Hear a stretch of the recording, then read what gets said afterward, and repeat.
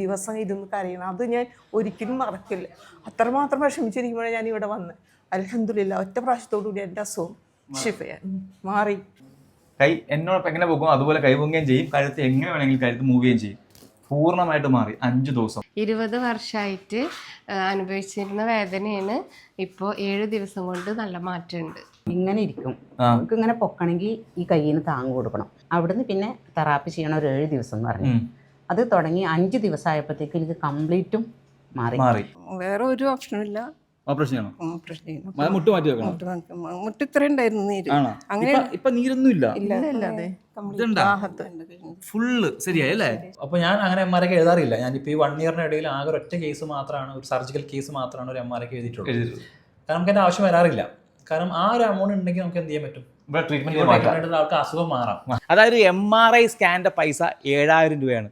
ആ 7000 രൂപ കൊണ്ട് രോഗം സ്ഥിരീകരിക്കുന്ന പൈസ കൊണ്ട് രോഗം മാറ്റുന്ന ഒരു ഹോസ്പിറ്റൽ ഉണ്ടെങ്കിൽ അതാണ് ദേ നിൽക്കുന്ന ഭൂമി. അതിന്റെ ഫൗണ്ടറാണ് എൻ്റെ ഒപ്പം ഉള്ള അലി.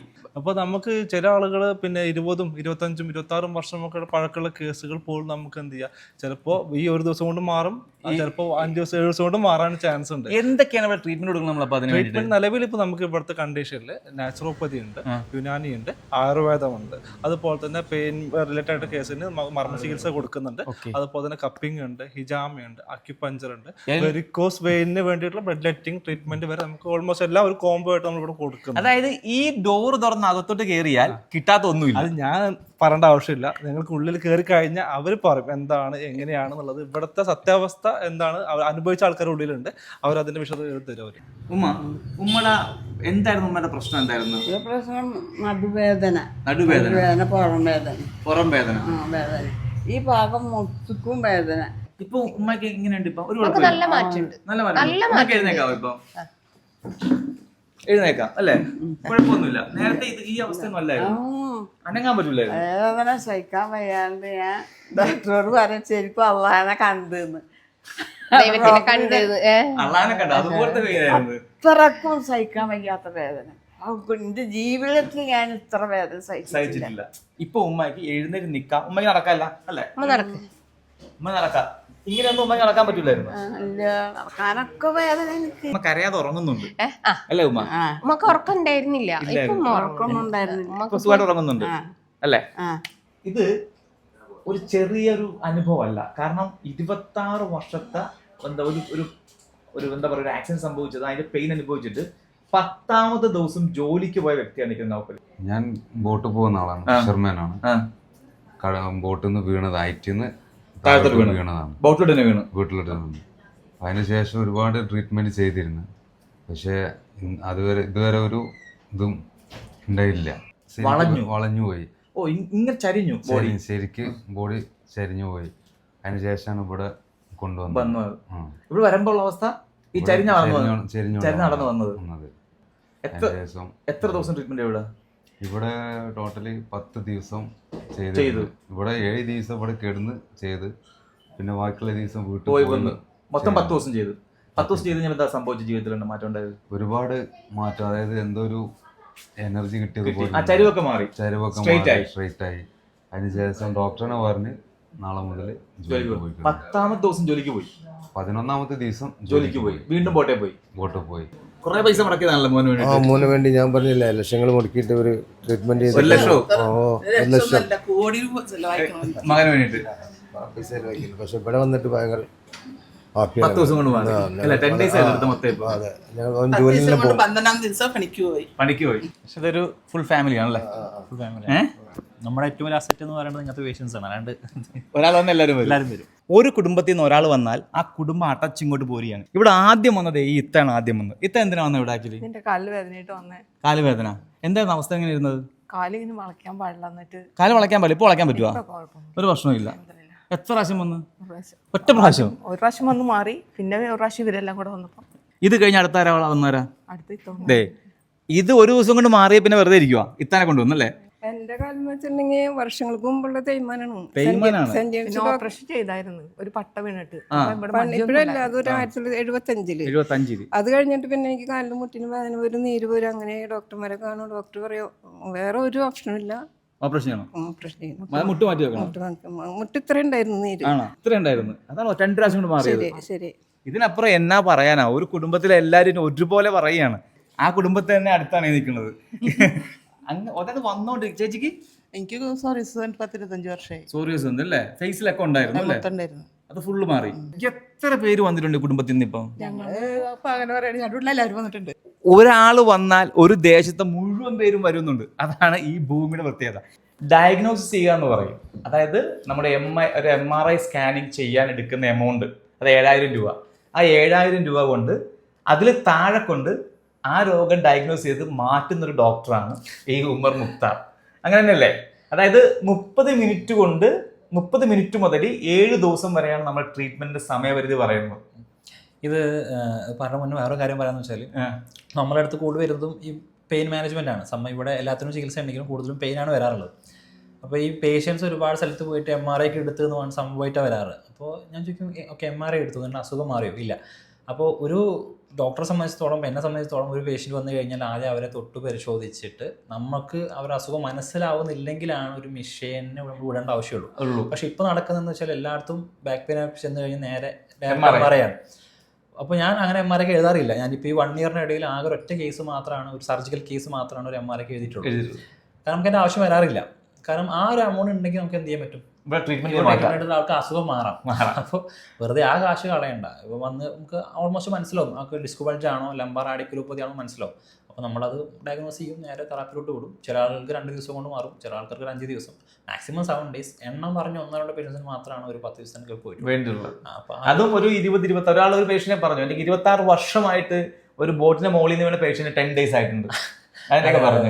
ഇത് ഡോക്ടേഴ്സ് എന്ത് ചെയ്യുന്നില്ല, ഡാറ്റ ആയതിന് മെഷീൻ വിടുകയാണ്. ആദ്യം ഡോക്ടർ അവരെ എലിജിബിലിറ്റി ഉപയോഗിച്ചിട്ട് ഇത് ഡയഗ്നോസ് ചെയ്തിട്ട് ഒന്നും മനസ്സിലാവുന്നില്ലെങ്കിലാണ് നെക്സ്റ്റ് MRI കടക്കേണ്ടതെന്ന് ഞാൻ വിശ്വസിക്കുന്ന ഒരു പോളിസിയാണ്. എന്തായിരുന്നു ഇത്ര പ്രശ്നം? എന്തായിരുന്നു ആക്ച്വലി? പെരടി വേദന, കൈക്കടച്ചില്, പിന്നെ ചൂല് പോലും പിടിക്കാൻ പറ്റാത്ത അവസ്ഥയായിരുന്നു. കുഞ്ഞ് അടിക്കാനൊന്നും പറ്റില്ല? ഇല്ല. ഭയങ്കര പെയിൻ ആയിരുന്നു. ഓ, അപ്പൊ ഇവിടെ കഴുത്തിന് പെയിൻ വരുവാ? കഴുത്തിന് ഷോൾഡറിന് പെയിൻ വരും. അപ്പൊ ഇവിടെ വന്നപ്പോ എന്താ പറഞ്ഞത്? ഇവിടെ വന്നപ്പോ ഫിസിയോതെറാപ്പി ചെയ്യണം പറഞ്ഞ് ഡോക്ടർ മരുന്നും കാര്യങ്ങളൊക്കെ തന്ന് വന്നൊക്കെ 5 ദിവസമായി ചെയ്യണം. 5 ദിവസമായി ചെയ്യുന്നത്. അതായത് 7 ദിവസം പറഞ്ഞ് തുടങ്ങിയ ട്രീറ്റ്മെന്റ് ആണ്. 5ാമത്തെ ദിവസം ആയപ്പം ഇപ്പൊ കൈ കണ്ടോ? ഒന്നും കാണിച്ചു തരാം. കൈ പൊക്കെ, കൈ എന്നോടൊപ്പം എങ്ങനെ പോകും അതുപോലെ കൈ പൊങ്ങുകയും ചെയ്യും, കഴുത്ത് എങ്ങനെ വേണമെങ്കിലും കഴുത്ത് മൂവ് ചെയ്യുകയും ചെയ്യും. പൂർണ്ണമായിട്ട് മാറി 5 ദിവസം. കൈ എനിക്ക് പൊക്കാൻ പറ്റിയിരുന്നില്ല, ഇങ്ങനെ പൊങ്ങത്തില്ലായിരുന്നില്ല. പിന്നെ ഇങ്ങനെ മറിക്കാൻ പറ്റില്ലായിരുന്നു, ബാക്കോട്ട് കൈ പോകത്തില്ലായിരുന്നു. അതായത് ഇങ്ങനെ മാത്രമേ ഇരിക്കുള്ളായിരുന്നു. ഇങ്ങനെ ഇരിക്കും. നമുക്ക് ഇങ്ങനെ പൊക്കണമെങ്കിൽ ഈ കൈയിന് താങ്ങ് കൊടുക്കണം. ഓ, ആ അവസ്ഥയായിരുന്നു. അത്ര ഉണ്ടായിരുന്നു. എത്ര കാലമായിട്ട്? 3 വർഷത്തോളായിട്ട്. 3 വർഷമായിട്ട് ഇത് തന്നെ അവസ്ഥ. അങ്ങനെ ഇരിക്കുമ്പോഴാണ് ഇവിടെ ഇങ്ങനെ ഒരു ട്രീറ്റ്മെന്റ് ഉണ്ടെന്ന് പറഞ്ഞു. ഇവിടെ വന്ന് ഒരാഴ്ച ഞാൻ മരുന്ന് കഴിച്ചു. അപ്പോഴേ എനിക്ക് കുറേശ്ശെ കുറഞ്ഞു തുടങ്ങി. അവിടുന്ന് പിന്നെ തെറാപ്പി ചെയ്യണം ഒരു 7 ദിവസം എന്ന് പറഞ്ഞു.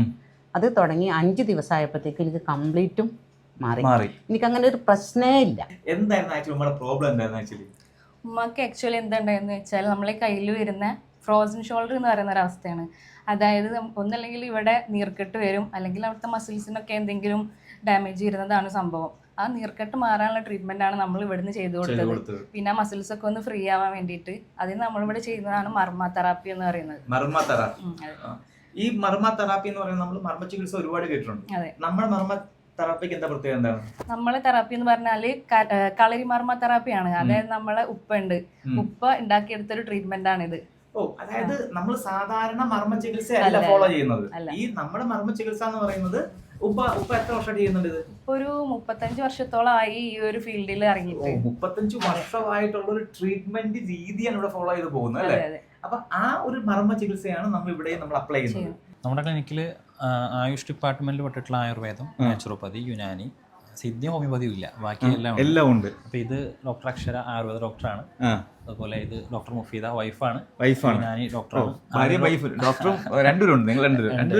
അതെ അതെ. പിന്നെ ആദ്യ ഡോക്ടർ ഇപ്പോൾ നാച്ചുറോപ്പതി കൺസൾട്ടന്റ് ആണ്, പക്ഷെ അവരിപ്പോൾ നല്ലൊരു ഗസ്റ്റേഷൻ ലീവിലാണ്. പിന്നെ യുനാനിയിലുള്ളത് ഞാനാണ്. നമുക്ക് ഇവിടെ ചികിത്സ എന്ന് പറഞ്ഞാൽ ജലദോഷം തൊട്ടിട്ട് ഇൻഫെർട്ടിലിറ്റി വരെയുള്ള എല്ലാ അസുഖങ്ങൾക്കും ഇവിടെ എല്ലാം ഉണ്ട്.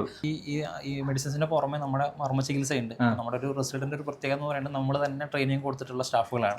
പുറമെ നമ്മൾ അപ്പോയിന്റ് ചെയ്യാറില്ല. അപ്പോൾ നമ്മുടെ യുനാനിയുടെ കപ്പിംഗ് തെറാപ്പിയും മർമ്മ ചികിത്സയും അവിടെ മിക്സ് ആക്കിയിട്ട് ചെയ്യുന്ന ഒരു തെറാപ്പി, അതുകൊണ്ട് തന്നെ റിസൾട്ടും ഫാസ്റ്റാണ്. അതാണ് നമ്മൾ 7 days മാക്സിമം. ഇത് നമ്മുടെ ഇവിടുത്തെ വെരിക്കോസ് വെയിൻ്റെ സെക്ഷൻ കൈകാര്യം ചെയ്യുന്ന ഡോക്ടറാണ് അക്ഷര. നമ്മളിവിടെ ഈ പറഞ്ഞ വേരിക്കോസ് എന്ത് ട്രീറ്റ്മെന്റ് ആണ് കൊടുക്കുന്നത് ഇവിടെ?